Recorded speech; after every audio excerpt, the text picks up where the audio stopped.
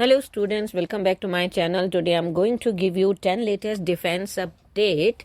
Number 1, MT-30 engines for warships to be produced locally.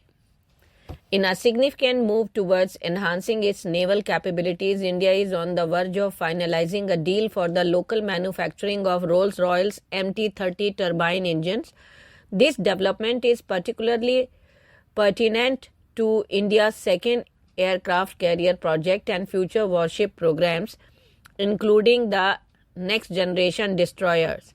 The recent briefing given to Indian Defence Minister Rajnath Singh during his visit to the UK underscores the strategic importance of this endeavour and Rolls-Royce's aspiration to become India's engine of choice for its naval fleet.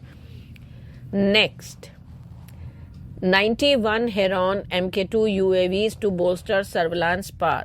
The Indian Army forces are gearing up for a significant boost in their aerial surveillance capabilities.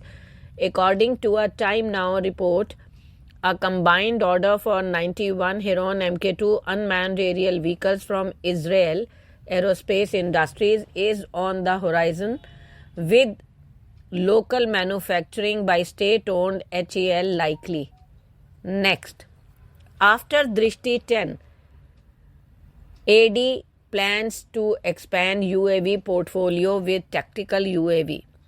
Adani Defence, having recently secured orders for the Drishti 10 drones, that is Hermes 900, medium altitude, long endurance unmanned aerial vehicles, is set to broaden its UAV portfolio with a strategic move to introduce the albeit developed Hermes 450.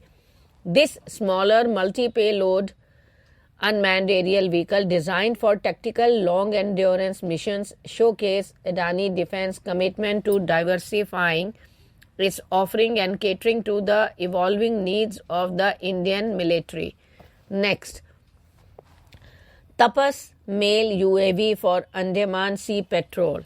The Indian Navy has set its sights on the domestically developed Tapas medium altitude long endurance unmanned aerial vehicle for bolstering its surveillance capabilities in the strategically crucial Andaman and Nicobar Island. However, the Tapas drones spearheaded by the Aeronautical Development Establishment Laboratory faces a critical hurdle, falling short of meeting the Joint Service qualitative requirement of maintaining an altitude of 30,000 feet for over 24 hours.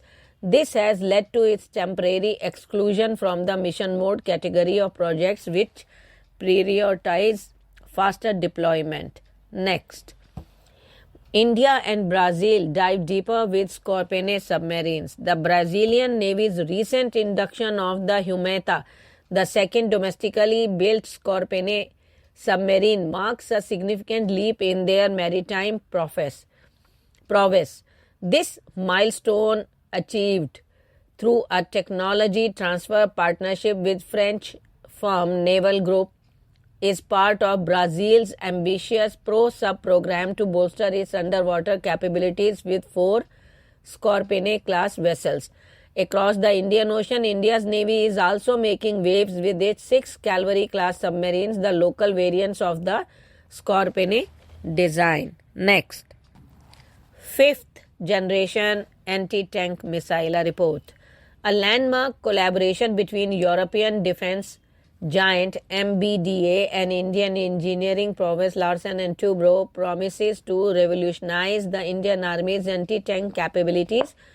The joint venture aims to manufacture a 5th generation anti-tank guided missile code-named ATGM-5, offering unparalleled precision and lethality. Next, long-term cooperational framework on Chabahar Port.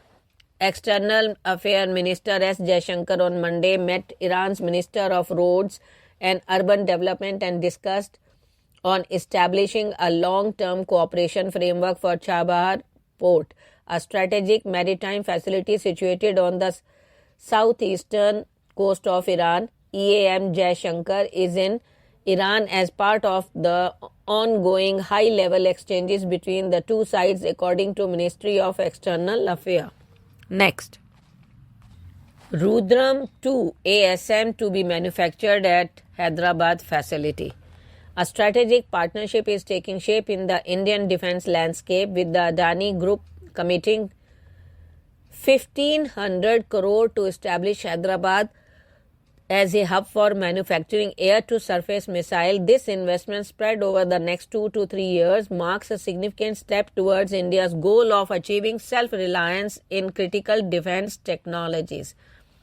Next, MRSAM makes debut in Republic Day Rehearsal. The grand spectacle of the Indian Army's full-dress rehearsal for the Republic Day Parade on January 13th, held on the majestic Kartavya Path, was not just about marching bands and vibrant displays. It was a showcase of India's growing military prowess, featuring cutting-edge equipment including the Army variant of the medium-range surface-to-air missile. Next. INSAT 3DS satellites on GSLV F-14.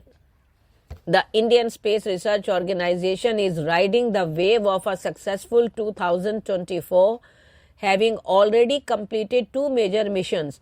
Now, their sights are set on the first week of February for the launch of the INSAT 3DS satellite aboard the Advanced Geosynchronous Launch Vehicle, that is GSLV F-14, powered by liquid propellants. Thank you.